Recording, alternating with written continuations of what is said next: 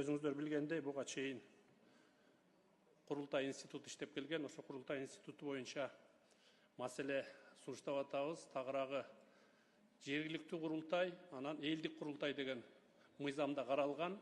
Ушу жергиликтүү өз алынча башкаруу органдары жөнүндө мыйзамда.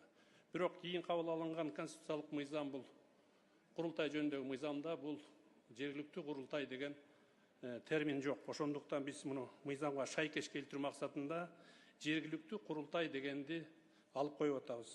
Элжик Нурдодович, сизди бул мамлекеттик кызматтагы бардык тепкичти басып өткөн инсан катары билебиз. Бул көйгөйлөр жеринде өзүңүз да иштеп жүрдүңүз. Анан азыр тиешелүү агенттикти жетектеп атканыңыз буюрса, менимче бул ушул жерде көйгөйлөр чечүүгө бир топ жардам берет деп ишенем. Анан бул мыйзам долбоор жергиликтүү өз алынча башкаруу системасын тартипке салганга багытталган экен.